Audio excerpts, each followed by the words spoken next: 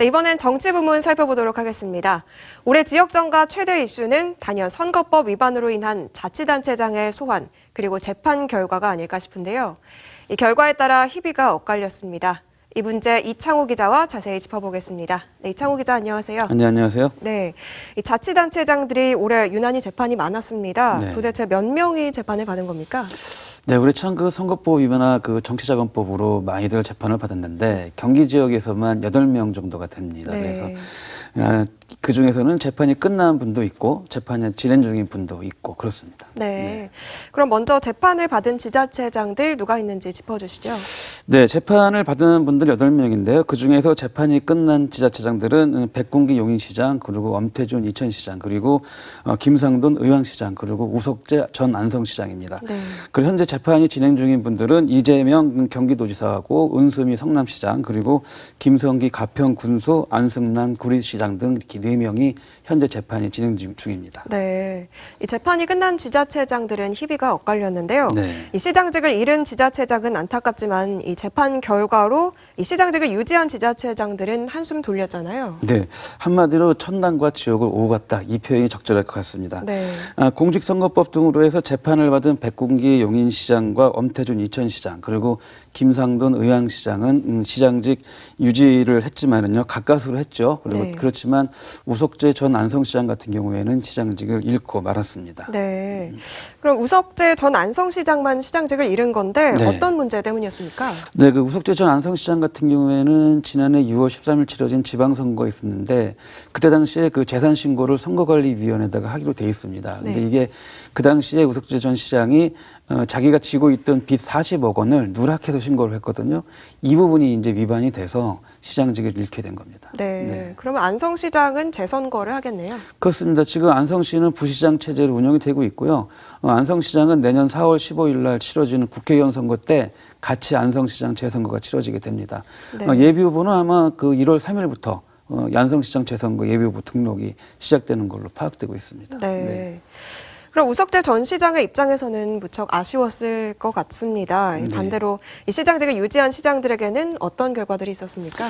그렇죠. 그 백군기 용인시장, 그 엄태준 이천시장, 그리고 김상돈 의왕시장이 있는데 일단은 그 세 명들은 이제 공직선거법상의 벌금 100만 원 이상이면 네. 시장직이 열리는데 100만 원 이하로 선고를 받았어요. 네. 다 살아남았는데 일단 엄태준 시장 같은 경우에는 1심에서 벌금 80만 원을 받았는데 항소를 하지 않아서 그대로 시장직을 유지했고요. 백군기 용인시장은 대법원까지 갔습니다. 그래서 1심, 2심에서 벌금 90만 원을 했는데 대법원에서 그것을 그대로 확정을 지었죠. 그래서 시장직을 이어갈 수 있게 됐고요. 김상돈 시장은 1심과 2심이 좀 결과가 달랐어요. 1심에서는 100만 원이 나와서 시장직을 잃는 거 아니냐 이랬는데 2심에서 뒤집어졌죠. 네. 벌금 90만 원이 나와서 시장직을 유지할 수 있게 된 겁니다. 그 세 분이 진짜 그 천당과 지옥 왔다 갔다 한 거죠. 네, 그렇네요. 이제 재판이 진행 중인 지자체장들을 살펴보겠습니다. 아무래도 경기도지사인 이재명 지사에 대한 이 대법원의 판결이 네, 가장 주목받고 있죠. 아무래도 이재명 지사에 대한 정치권의 주목이 가질 수밖에 없는 게 차기 대권 주자의 물망이 또 올라와 있고 네. 그만큼 또 관심이 많이 있지 않습니까? 이 때문에 이 재판에 대해서 관심들이 굉장히 높은 상황입니다. 네. 그럼 현재 이재명 도지사에 대한 재판은 어느 정도 진행되고 있습니까? 네, 이재명 지사의 재판도 1심과 2심을 거쳐서 대법원에 지금 가 있지요. 근데 1심에서는 그 여러 가지 이제 무죄가 나왔고 2심에서는 이제 한 그 범죄에 대해서니까 한 위반 사항에 대해서만 이제 벌금 300만 원을 선고를 했어요. 네. 그래서 이때 이제 벌금 300만 원이 받아서 이제 대법원에 이제 선고를 한 상태인데 이게 대법원에 확정이 되면 도지사 직도 잃게 되는 상황이겠죠. 네. 근데 여러 가지 그 사항들이 있어서 이재명 지사에 대한 대법원 상고심은 좀 늦어지지 않을까 이렇게 네. 파악되고 있습니다. 네.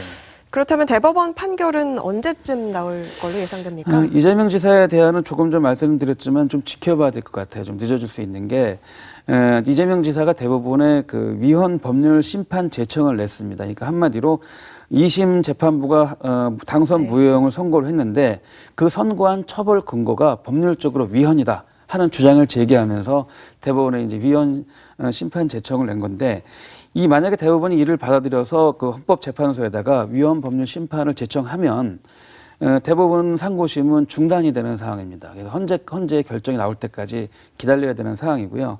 만약에 대법원이 헌재에 제청을 하지 않는다면 상고심 판결은 빨리 진행될 수 있다. 이렇게 지금 분석들을 하고 있습니다. 네, 그렇군요. 그러면 시장직을 유지한 분들도 있고 이 상실된 분들도 있는데요. 이 시장직을 유지한다고 또 무죄는 아니지 않습니까? 그렇습니다. 시장직 지금 유지하고 계신 세 분의 이제 그 자치단체들 계신데 그분들한테는 좀 죄송한 말씀이지만 그 법원에서는 그렇게 판단을 한 거죠. 죄는 있으나 시장직을 잃을 정도까지는 그 죄는 무겁지 않다 이렇게 본 네. 거거든요. 그러니까 이제 이렇게 이제 선고를 받았으니까 그분들께서도 이제 앞으로 시민들을 위해서 적극적인 정책 펴주셨으면 그러한 기대를 좀 해봅니다. 네. 2020년인 내년에도 선거가 있습니다. 이 부정이나 불공정이 없이 시민들이 피해보는 일이 없었으면 좋겠습니다. 네. 여기까지 살펴보죠. 이창호 기자 수고하셨습니다. 네, 고맙습니다. 수고하셨습니다.